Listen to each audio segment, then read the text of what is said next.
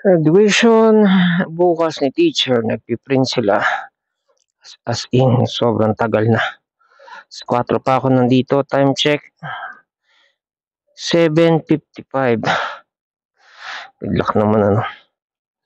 So, dalaw muna ako sa kasamahan ko sa People's Martial Arts.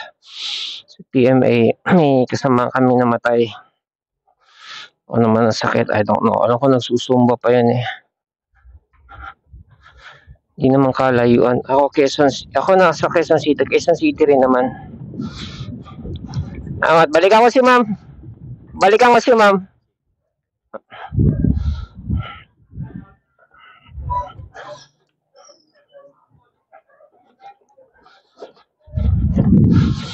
So, yun. Hindi naman kalayuan mula dito. Sitahin ko lang yung aming yumao na babae na member ng martial arts. Sa mga old pictures ako, nagtatry ako mag-reminisce eh. Wala naman ako masyadong old pictures dun sa PMA na yun. PMA yun ang pangalan, ang meaning, People's Martial Arts. Dun yun sa Aurora Boulevard, corner EDSA.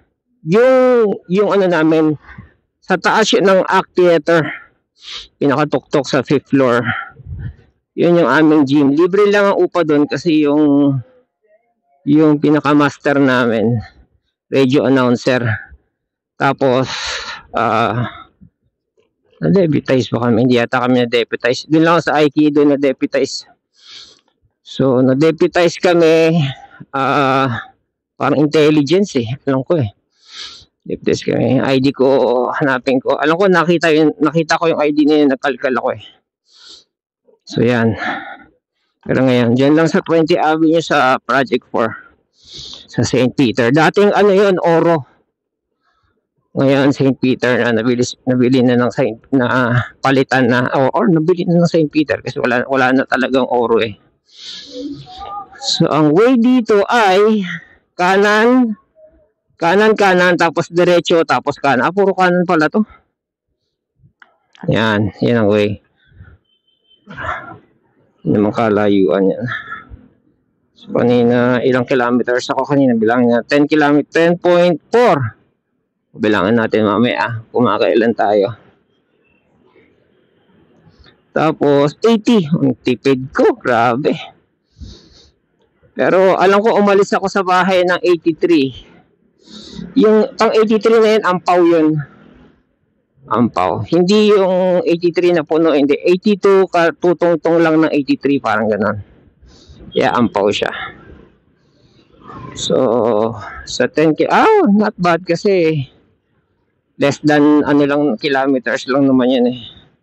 Less than 10 kilometers from sa amin to Bagong Bayan kay teacher. Yun na naman pinuntahan ko. So, yeah. Makanan tayo sa unahan.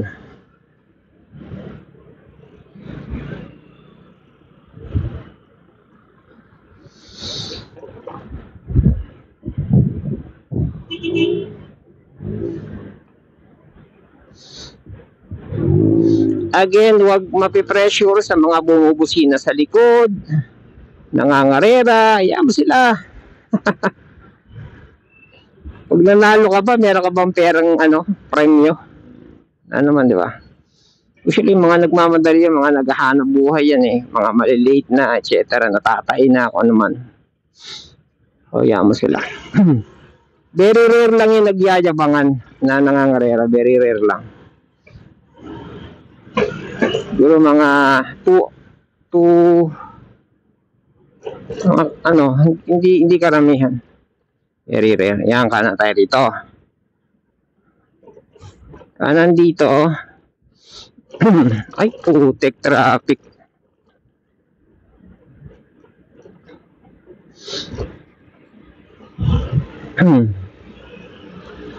So, ang edad niya, sa tingin ko mga nasa 50 na yun, yung ka-member namin na babae. 50, nasa 50s na rin yun.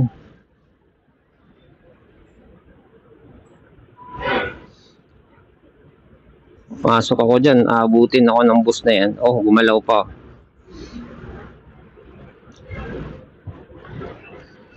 Bakit yung helmet ko lumulubog?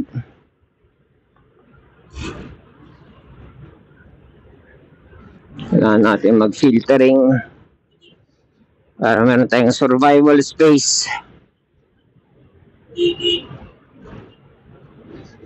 Dito pala ako sa ibabaw.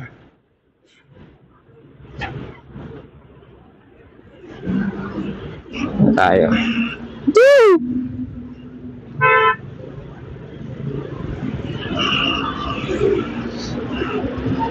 81, layo pa.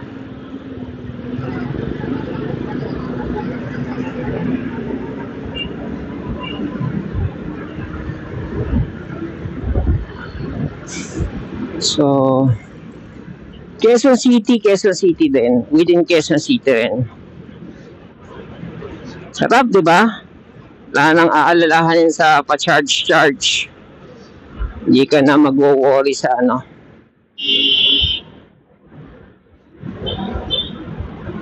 Na malolobat ka.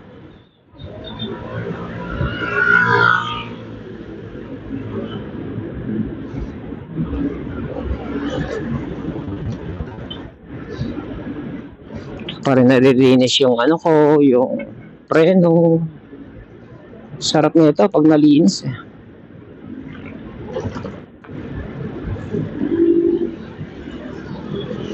Merong video ng big bike yung gamit niya. Pag preno niya ng gulong sa harap, umangat yung gulong sa likod, yun ang ikinasemplang niya. So careful din, kailangan balansehin mo kasi yung Or kung hindi ka marunong magtansya, mag-ABS ka. Hanap ka ng motor na may ABS. Kasi alalay sa panic braking ABS pero kung maano ka tumansya ng preno. Concentrate tayo saglit Ibabaw tayo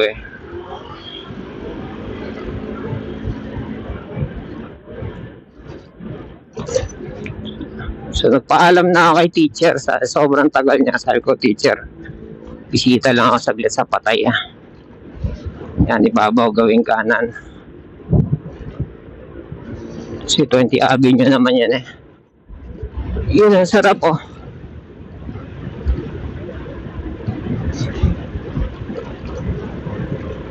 Yun go.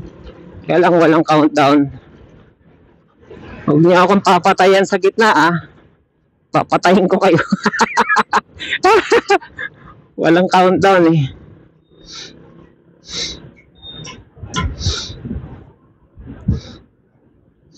Yang sa unahan lang ng konti, kakanan tayo 20 Avenue. Ito yung Karame sa kaliwa. Ay, Camp Aguinaldo pala. Sa unahan yung Karame. Diyan kami nag-firing. Yan, bumili kami ng bala dito sa gawing kanan. 1,350. Full jacket, full metal. Sayang pang pa-firing lang. Ayun lang available Tsaka biglaan. Ano lang naman, tawag nun, 9mm.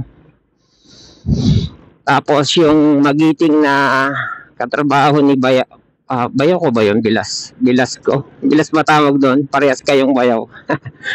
Yun, ni Bilas is pinaputo kami yung anak niya nagpo 45, yung kami nag 9mm. So pinaputukan, nag-swap kami, madaling salita. Anak niya grade grade 5. So naka-testing ako ng 45. Lakas ng recoil ng 45 kumpara sa 9mm. Pero kung tatanungin, halimbawa intruder tapos gusto mo ng stopping power, 45 talaga ako. Kasi sa mga cowboy and sa history daw, cowboy and Indian, American Indian hindi yung naniningil ng utang na Indian cowboy and Indian sa history daw, yung cowboy na nag-ubos na ng 38, 6-shooter yan ng 38, di ba? Nag-ubos na ng 38 sa Indian na sumusugod na merong bit na tomahawk. Na-mutilate pa niya yung cowboy, naubos niya na yung 6-shooter niya. Dalawa, kaliwat kanan pa naman ng cowboy, di ba? Pag nag-ano. O yun, lapit lang, o dito na ako. O di ba?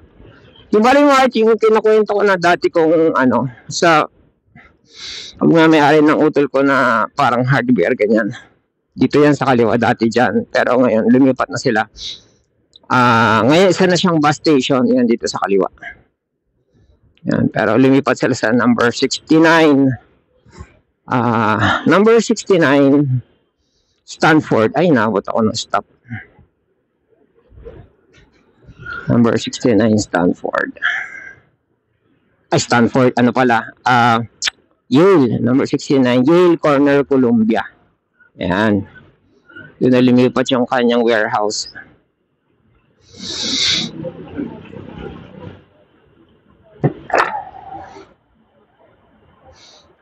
Ito rin ang project for, hangganan to ng, actually project 4 pa rin to eh. Murphy, yan. Murphy na ba to? Hindi pa project 4 pa rin to, 20 Avenue. Murphy, Cubao. Ito yung aking, ang tawag dito. Dito ako lumaki. Ito yung aking, ancestral hood. Yung mga boys dito, mga pamilyado na, yung mga kababata ko. Natural, alang-alang mong tambay pa rin.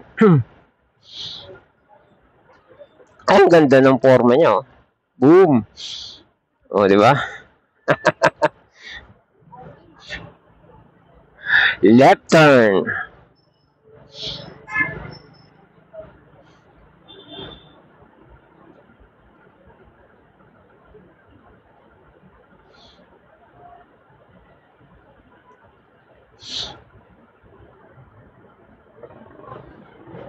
Ito na yata eh.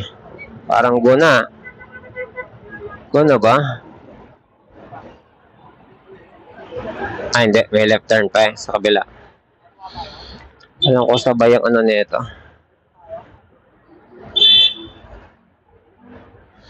I hope maganda yung paparadahan doon. Kasi alam ko may hirap ang paradahan dito. Wala na tayo nang magbabantay na Yan na oh. Yan na oh.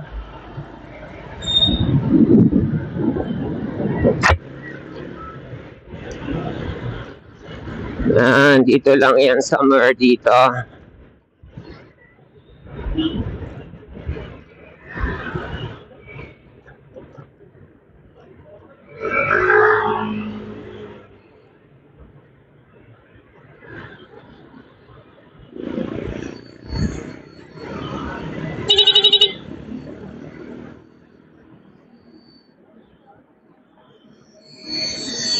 Ay, paparada na ito. O, di ba? Ayaw ko pumarada rito sa kalsada. Putik.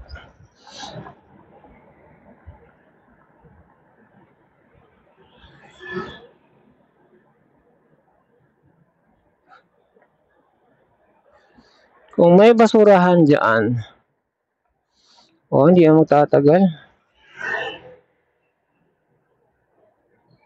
Balagbag natin dito. Ito, isa pa.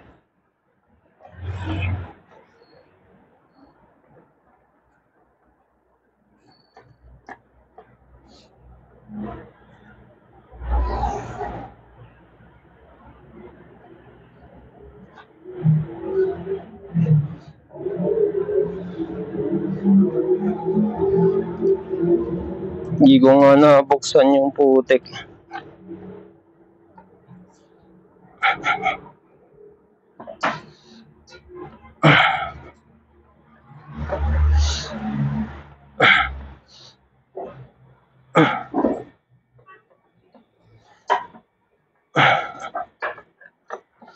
Okay na, dito na tayo sa St. Peter 20 Avenue. So yeah. ko, paano nakakalabas to mamaya. Hindi, tatawagin na lang kami yan. So, saglit lang tayo.